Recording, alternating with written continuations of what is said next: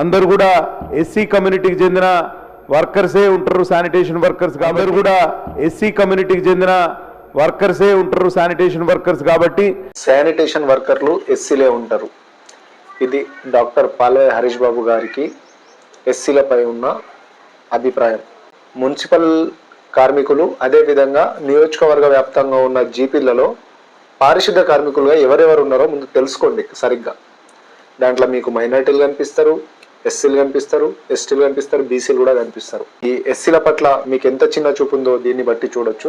ఈరోజు అసెంబ్లీ వేదికగా మీకు ఎస్సీల పైన ఏదో గొప్పగా ప్రేమ ఉన్నట్టు, లేదంటే ఎస్సీలు అంటే మీకు మస్తు గౌరవం ఉన్నట్టు చాలా బాగా డ్రామా చేస్తున్నారు. ఈ సందర్భంగా నేను మిమ్మల్ని కొన్ని సూటి ప్రశ్నలు అడుగుదాం అనుకుంటున్నా. ఎస్పీఎం కంపెనీ నుంచి వచ్చే ఏదైతే ట్యాక్స్ ఉందో, మున్సిపాలిటీకి ఏదైతే ట్యాక్స్ రావాలో ఆ ట్యాక్స్ సగానికి కుదించబడ్డది. అది ఎందుకు కుదించబడ్డది, దానికి కారకులు ఎవరు, ఎస్పీఎం నుంచి వచ్చే ట్యాక్స్ పెంచడానికి మీరు తీసుకున్న చర్యలేంది? Point number 1. రెండోది, గతంలో నాగేష్ అనే ఒక కార్మికుడు చనిపోతే అతనికి ఇప్పటికి కూడా నష్టపరిహారం పూర్తిగా అందలేదు. దానిపైన మీరు తీసుకున్న చర్య ఏంది? 100 రోజులలో 100 కోట్లు తీసుకొచ్చినా అని గొప్పలు చెప్పుకునే మీరు ఈ ఎవరైతే మున్సిపల్ కార్మికులు ఉన్నారో వాళ్ళకి 4 కోట్లు ఎందుకు కేటాయించలేకపోతున్నారు?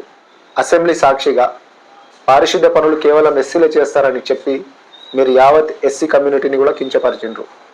దీనికి గాను మీరు బహిరంగంగా ఎస్సీలకు క్షమాపణ చెప్పాలి. లేదు నేను చెప్పను అని విర్రవీగితే మాత్రం గతంలో కూడా ఇలాగే ఎస్సీలను కించపరిచిన ఒక నాయకుడు ఇలా పదవి లేకుండా పోయి ఇంట్లో కూర్చొని ఉన్నాడు. ఎస్సీలను కించపరిచిన మీకు కూడా రేపు ఖచ్చితంగా సిరిపూర్ నియోజకవర్గ ప్రజలు, అదే ఎస్సీ సామాజిక వర్గానికి చెందిన ప్రజలు మీకు బుద్ధి చెప్తారు. తప్పకుండా మిమ్మల్ని కూడా గద్దెదిస్తారు.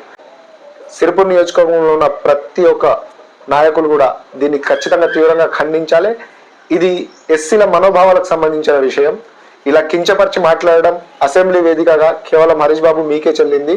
ఈ దురహంకారమా లేదంటే మీ అవటి బుద్ధా తెలియదు. కాకపోతే ఖచ్చితంగా మీరు ఎస్సీలకు సమాధానం చెప్పాలని, వాళ్ళకి క్షమాపణ చెప్పాలని డిమాండ్ చేస్తున్నాం.